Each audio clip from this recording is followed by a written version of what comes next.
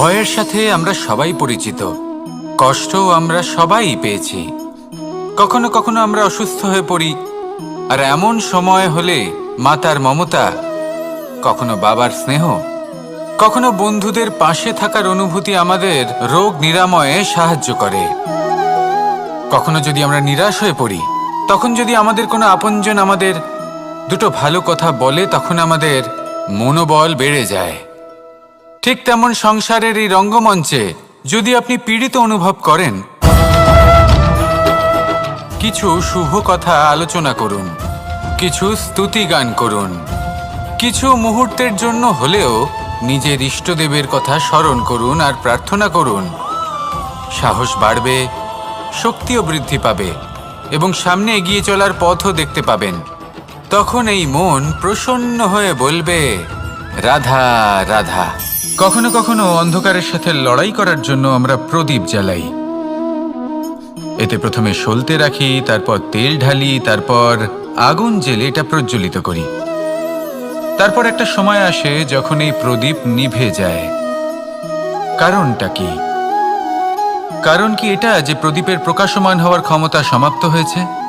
না, এই যে আগুন আমরা দেখতে পাচ্ছি, এই আগুনের জন্য যে শক্তির প্রয়োজন হয় তা আসে এই তেল থেকে।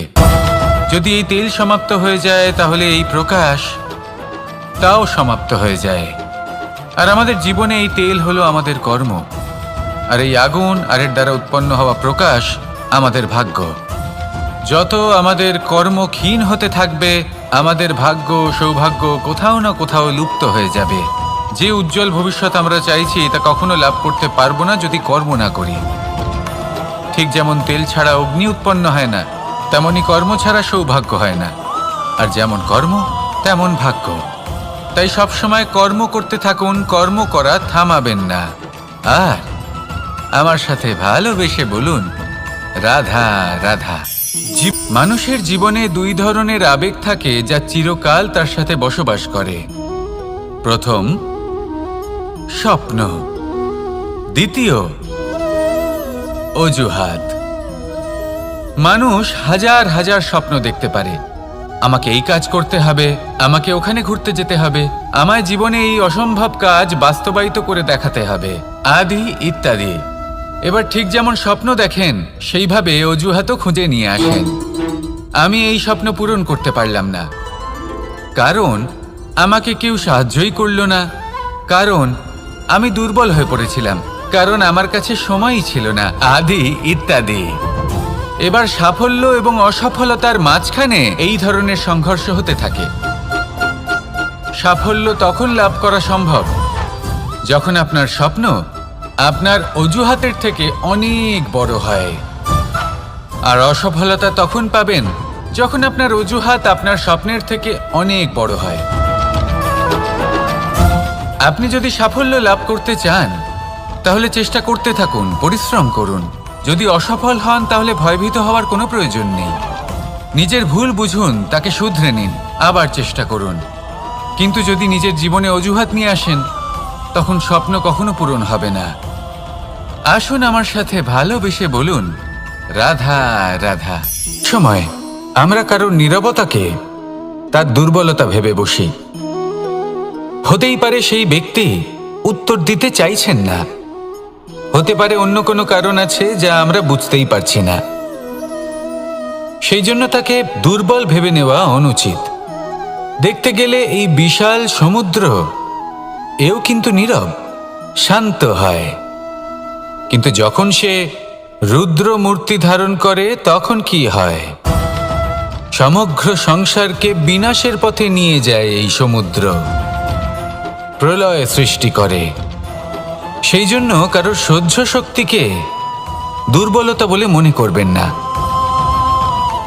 কারণ যদি এই নীরবতা নিজেকে ভেঙে বেরিয়ে আসে, তাহলে তা বিনাশের সমস্ত সীমা পার করে যেতে পারে। তাই এই নীরবতাকে সবসময় বুঝুন, সবসময় একে সম্মান করতে শিখুন, আর আমার সাথে ভালোবেসে বলুন, রাধা রাধা। জীবনে তিনটি বিষয় আছে, তিনটি বস্তু আছে, তারা যেন আপনাকে কখনো বশে না করে নিতে পারে। প্রথম হলো ধন। ধন যতক্ষণ আপনি ব্যবহার করতে থাকেন, যতক্ষণ তা আপনার কাজে আসছে, ততক্ষণ ঠিক আছে, এই ধন আপনার কাছে অমৃত। কিন্তু যখন এই ধন আপনাকে ব্যবহার করতে শুরু করে, বুঝে যাবেন যে আপনার পতনের সময় শুরু হয়েছে। দ্বিতীয় বিষয়, ফেলে আসা অতীত। যাই করুন, আপনি অতীত পাল্টাতে পারবেন না, আর এই সত্যিটা আপনিও জানেন। কিন্তু তাও এর বশবর্তী আমরা হয়ে পড়ি, আর যখন তাই হয় তখন এই সংসারে আমরা যেখানেই যাই না কেন, যত বড়ই সুখ লাভ করি না কেন, সেই সব আমাদের কাছে তিক্ত বলে মনে হয়। তৃতীয় বিষয়, আপনার আশেপাশের মানুষ ভিন্ন ভিন্ন ধরনের মানুষ হয়, যাদের চিন্তা ভাবনা এবং দৃষ্টিভঙ্গি ভিন্ন ভিন্ন প্রকারের। যদি এদের বশবর্তী আপনি হয়ে পড়েন, তাহলে কেউ বলবে এটা করো, এটা ভালো, কেউ বলবে এটা করো না, ওটা করো, ওটা ভালো কাজ, কেউ বলবে এই দুটোই করো না, অন্য কিছু করো। এই কথাগুলিতে আপনি এতটাই জড়িয়ে পড়বেন যে আপনি লক্ষ্যভ্রষ্ট হয়ে পড়বেন। তাই এই 3 বিষয় থেকে সাবধানে থাকবেন। যদি কোনো কিছু বশ করতে হয়, তাহলে আপনাকে বশ করতে হবে আপনার আজকে, নিজের বর্তমানকে। এটা খুব প্রয়োজনীয়। এটা ভাববেন যে এই সময়ের সদ্ব্যবহার আমি কিভাবে করব, সময়কে শাসন কিভাবে করব, ওই কর্ম কিভাবে করব যাতে ভবিষ্যতে কখনো আমার আফসোস না হয়, বরং এই সংসার আমাকে নিয়ে গর্ব করবে, সেই কর্ম করুন। আর যখন আপনি এটা শিখে নেবেন, তখন আপনি নিজেই নিজেকে প্রকৃত অর্থে ভাগ্যশালী করে তুলবেন। আসুন আমার সাথে ভালোবেসে বলুন, রাধা রাধা। অনেক কখনো কোনো চাতক পাখিকে দেখেছেন? কথায় আছে যে বছরে মাত্র একবার সে তার তৃষ্ণা মিটিয়ে থাকে, আর তাও আকাশে ভেসে থাকা মেঘের দ্বারা ঘটানো বৃষ্টির জলের ফোঁটা থেকে। আর কোথাও থেকে সে তার তৃষ্ণা পূরণ করে না।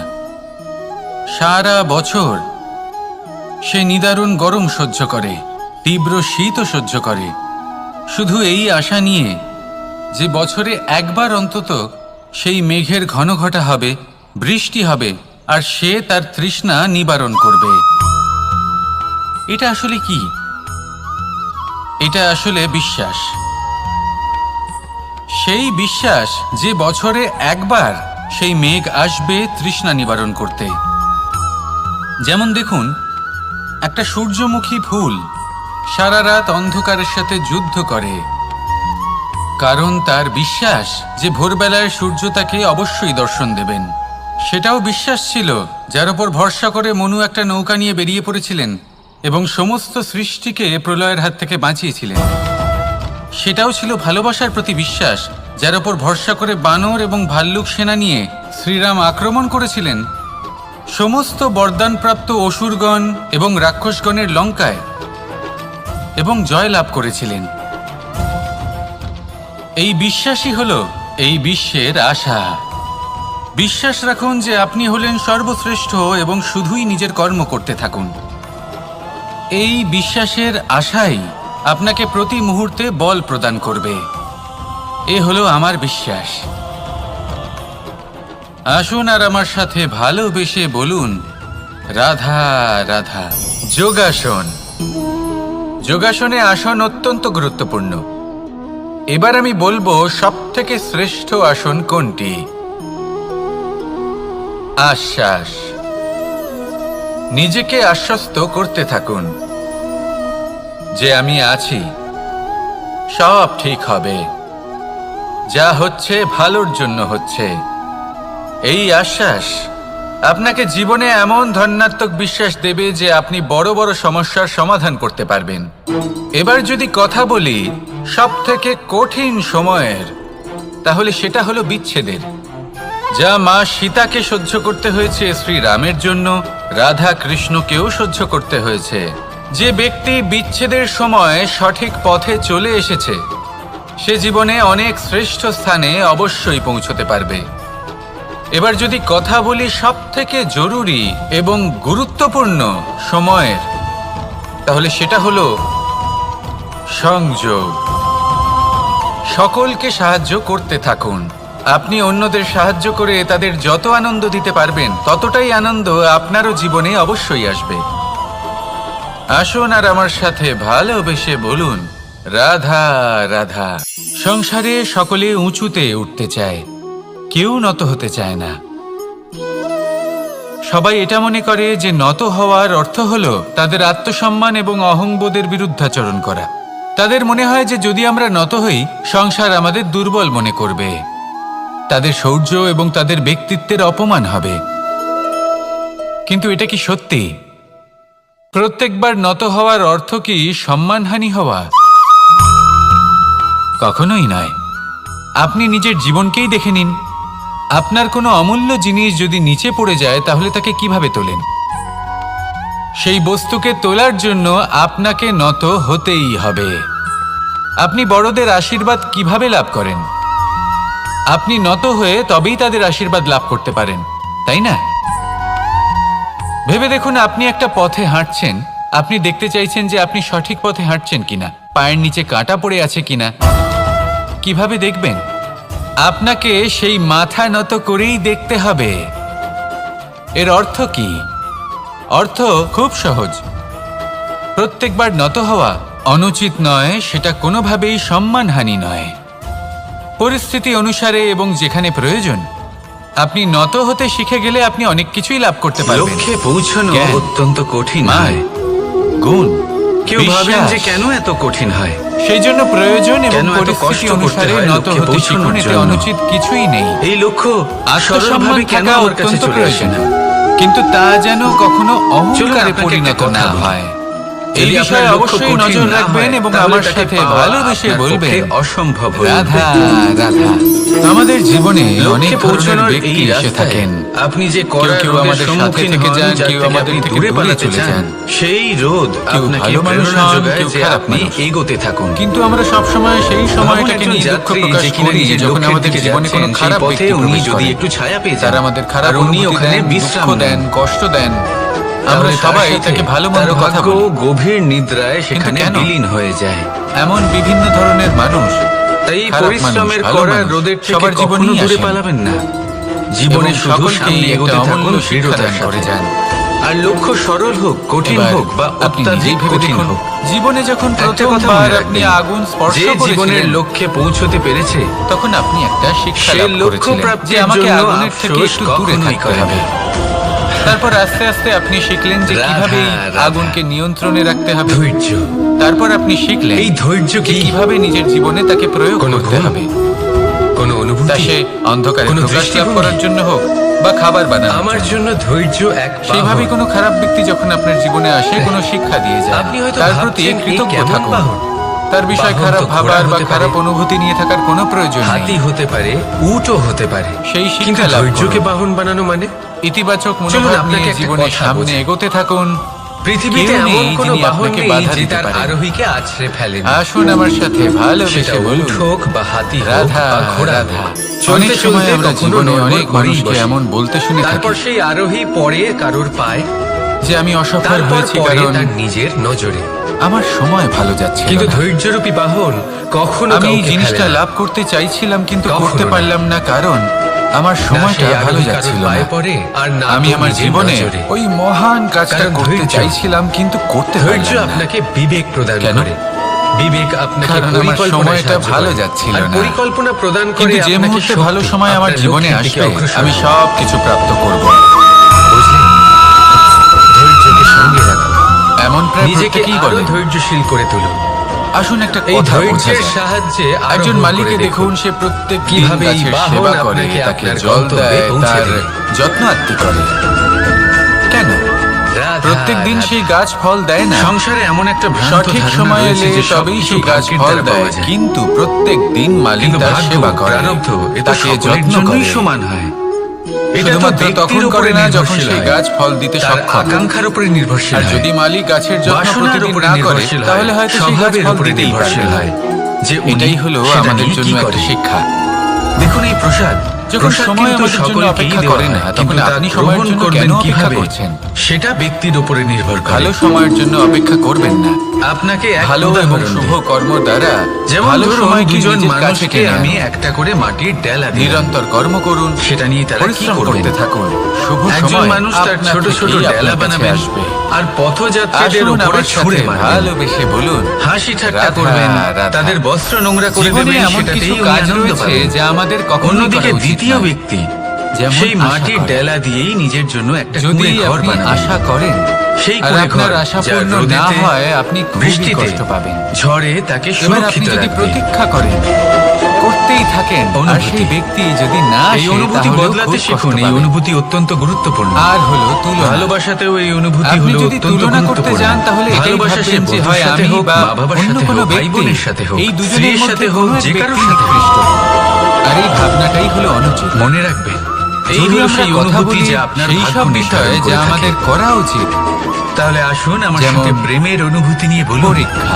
রাধা রাধা। এই পরীক্ষা সবসময় আমাদের পথ। আরো সফল করে তোলে, আর আরো সাফল্য। শ্রেষ্ঠ করে তোলে, আরো এই উৎকৃষ্ট তিনটেই করে একে তোলে। অপরের সাথে জড়িত। আসন্ন মহাসংগ্রামের কিন্তু জন্য অনেকবার আমাদের মানুষ এদের প্রস্তুত করে ঠিকভাবে তোলে এই বুঝতে পরীক্ষা। পারেন না। তাই এই পরীক্ষার থেকে তারা কখনোই ভাবেন পালাবেন যে না, যেরকম এর লক্ষ্য সম্মুখীন হবে হন। সেরকমই পথ হবে। আর সেই হলো মতোই কর্ম।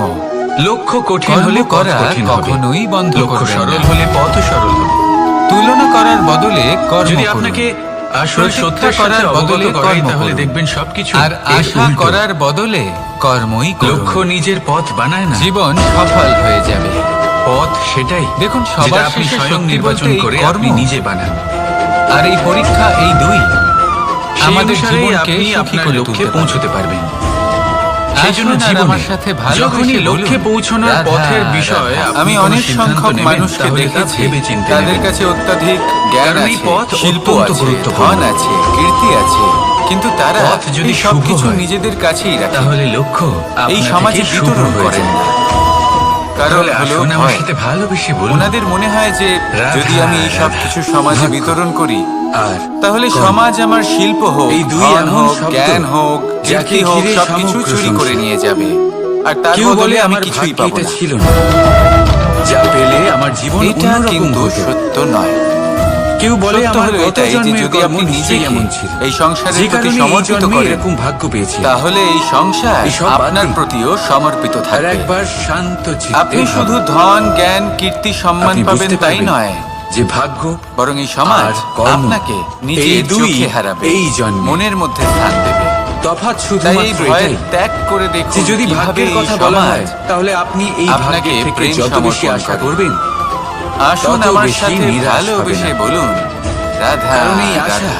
আপনাকে কর্ম করা মানুষ থেকে তার আটকায়। জীবনে শিক্ষা যদি এবং কথা বলা প্রেম হয় কর্মের, এই দুই তাহলে লাভ করে নিজের তার কর্মের মাতা, প্রতি যত পিতা বিশ্বাস এবং রাখবেন, গুরুর কাছ থেকে, তত বেশি কিন্তু সফলতা মানুষ আপনার কাছে সব থেকে আসবে। বেশি ভালোবাসে তাই নিজের একটা কথা মাতাকে। মনে রাখবেন, কারণ মাতা খুব ভাগ্য নির্মল চিত্তে আপনার ভালোবাসে, কর্ম নির্ধারণ করে না, শান্ত মনে আমাদের কিন্তু অন্তরে আপনার কর্ম শক্তির সঞ্চার করে আপনার থাকে, ভাগ্যকে অবশ্যই নির্ধারণ আমাদের করে। উৎসাহ দেন, বলশালী করে তোলেন। ব্যাপারটা কিন্তু রাধা, এমন নয় যে আমরা নিজেদের বাবা বা গুরুকে ভালোবাসি না, তাদেরকেও আমরা কত অত্যন্ত সাধারণ ভালোবাসি, একটা বিষয়। শুধু ওনাদের কঠোর প্রত্যেক ব্যবহার মানুষ দেখলে যে আমরা একটু জন্ম ভয় নেয়, পেয়ে যাই। তাকে এবার একটা ওনাদের এই নাম দেওয়া কঠোর হয়। ব্যবহার যা আমাদের সে ভালো পেয়ে না লাগলেও থাকে অত্যন্ত তার মাতা-পিতার আবশ্যক। দ্বারা, কারণ মাতার থেকে না আমরা হলে যে তার শক্তি গুরুর লাভ দ্বারা, করি বা তা যেন কোনো নিয়ন্ত্রণ আত্মীয়ের দ্বারা, হারিয়ে বা কোনো কাছের বিধ্বংসী না মানুষের হয়ে দ্বারা। ওঠে। আমরা যেন এই নামের কোনো সাথে সে কুপথে না আস্তে চলে আস্তে যাই, বেড়ে ওঠে। আমরা কখনো কিন্তু যেন দোষ না করে ফেলি, শুধু সেই জন্য এটাই পিতা কি সেই এবং নাম? গুরু একটু কঠোর হয়ে এই ওঠে, নামই কি সবকিছু? এবং ওনাদের এই কখনোই কঠোর নয়। আচরণ ভবিষ্যতে গিয়ে একটা আমরা নাম অবশ্যই সেটা যে বুঝতে আপনি পারি। জন্মের সময় লাভ জীবনে করেন, যে কিছু নামে বছর আপনি আমরা কর্মের এগিয়ে পথে যাই, অগ্রসর আর হন। তারপর আমরা বুঝতে আরো পারি যে একটা বাবা নাম এবং সেটা, গুরু আমাদের যথেষ্ট যা ভালোবাসতেন, আপনি কিন্তু ওনাদের আপনার ভালোবাসার কর্মের বহিঃপ্রকাশ দ্বারা আলাদা। অর্জন করেন। প্রয়োজনীয় হলো আর এই নামেই আপনাকে এটা সবাই যুগ দেখার, যুগ ধরে এটা মনে বোঝার রাখে। আপনার আসল নাম যে সেটা শুরু নয় থেকে যে আমাদের আপনাকে প্রতি ওনাদের জন্মের সময় আচরণ দেওয়া কেমন হয়েছিল। ছিল। আপনার আসল নাম ওনাদের সেটা কঠোর যেটা হবার আপনি পেছনে আপনার কর্ম ওনাদের দ্বারা লাভ ভালোবাসাটা করেছেন। বোঝার চেষ্টা করুন, কারণ সেই লাভের ওনাদের পেছনে চিন্তাটা বোঝার প্রচুর চেষ্টা প্রয়াস করুন। লুকিয়ে থাকে, ওনাদের অনেক পথ পরিশ্রম প্রদর্শনের লুকিয়ে থাকে। আড়ালে আপনার ভবিষ্যতের কিন্তু জন্য যে যদি আপনি পরিকল্পনা চান ওনারা করেছেন যে মানুষ সেটা বোঝার আপনার চেষ্টা নাম করুন, মনে রাখে, তাহলে তখন আপনাকে আপনারা বুঝতে কর্মের পারবেন পথে ওনাদের অগ্রসর ভালোবাসাকে। হতেই হবে। শুভ কর্ম আপনার করতে মনের হবে। মধ্যে আপনা থেকেই অনর্গল ওনাদের প্রতি চেষ্টা করে সম্মান যেতে জেগে হবে। উঠবে। মহান কাজ করতে হবে। নিজের পিতা আর এবং বিশ্বাস নিজের করুন, গুরু আপনি এই দুজনের প্রতি একটা কৃতজ্ঞতা মহান প্রকাশ নামের করুন, আর আমার ফল সাথে ভালোবেসে বলুন, অবশ্যই লাভ রাধা, করবেন। রাধা। জীবন কিসের উপর রাধা, নির্ভরশীল? রাধা। ধনের উপর, বৈভবের উপর, আমি এখানে একা এই নিঃশ্বাসের কোণে বসে ওপর। আছি, বাঁশি বাজাচ্ছি। কার জন্য? এই জীবন নির্ভরশীল কে আছেন বিশ্বাসের এখানে? উপর। কেউ নেই। বিশ্বাস নিজের উপর, আমার প্রজা, বিশ্বাস আমার রাজ্য, আমাদের আমার আপনজনের পরিবার। উপর। আমার থেকে অনেক কিন্তু দূরে যখন আছেন, এই আমি বিশ্বাস এখানে ভেঙে একা এই যায়, কোণে তখন বসে। মানুষের মনও ভেঙে যায়। এই